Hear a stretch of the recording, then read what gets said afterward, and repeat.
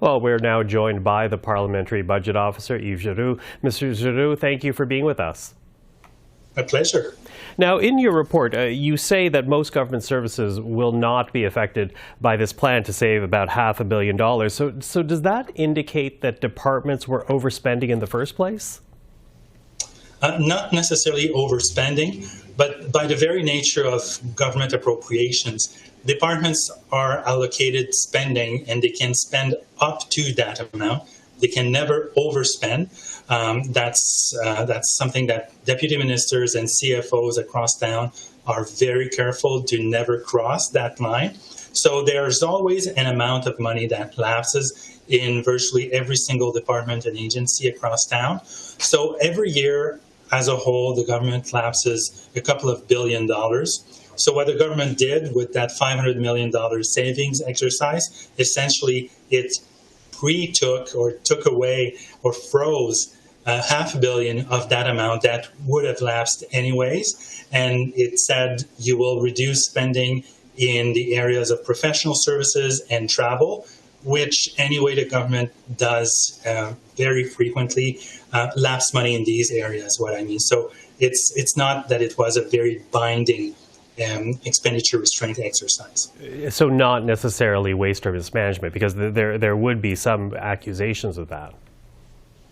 Yes, and there's always precautionary buffers that departments have that they can't spend for whatever reason, and they give themselves a buffer, as I mentioned, to deal with unforeseen events, expenditures that were not anticipated, to avoid overspending beyond their appropriation. So there's always a buffer. And when you're running an operation of over $400 billion, a few $1 billion of buffer is not a lot. And that's the $500 million savings is a reflection of that. So they just booked that $500 million in advance, not waiting for the end of the fiscal year to see how much did departments lapse as a whole, but just they took $500 million from the get-go. So it's not very binding, and it's not a big constraint on departmental spending. Mm-hmm. Now, you referenced it, but when the federal government did announce these $500 billion in savings,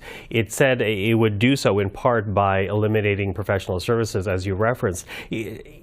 Does that mean outside consultants, which of course has figured very largely as a controversy this past year? Yes, it's a good part of it is consultants. So when we say professional services, it's in large part consultants, which were the subject of debate last year and before. And the other component is travel services or travel.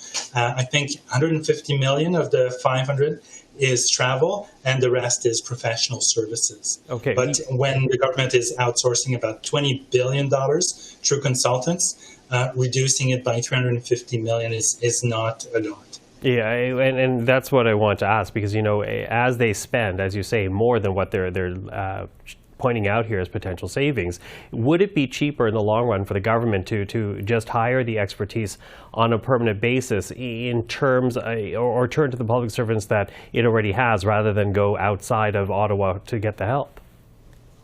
Well, that's a very good point. In fact, in most cases, it is cheaper to get that expertise in-house and have it rather than pay the per diem that consultants require.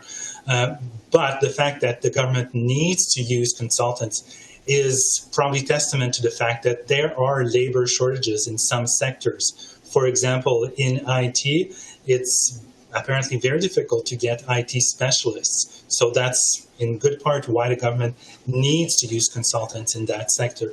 In other areas, it's an expertise that the government needs only from time to time. When it comes to specialized engineering skills, the government would not be needing that type of these skills on an ongoing basis. So it makes sense to contract it out. And in some other cases, it might be just easier to do it that way because of the hiring practices. But in general, if it's services that the government needs on an ongoing basis, it tends to be much cheaper to just hire them as public servants. But there are, as I said, multiple reasons to go outside and use consultants. But at $20 billion per year, it seems to be a lot of consultants that may be more easily done in-house, at least for a fraction or a good proportion of these $20 billion. So a big dollar figure that we're talking about, but that's interesting because you also say that $500 million in terms of government savings is a drop in the bucket, because if this government is trying to prove its ability to manage wisely and to govern within means, that makes me wonder, is that $500 million enough to prove the point?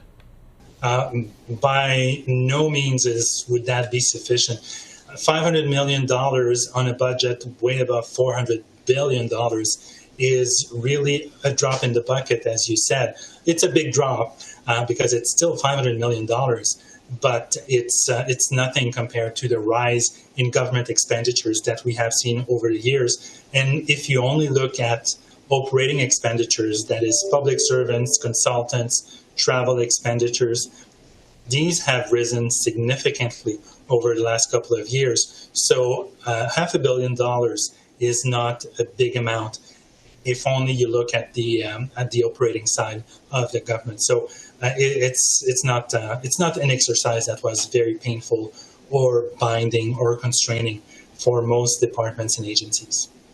Yves Giroux, I appreciate the time. Thank you for this. Always a pleasure.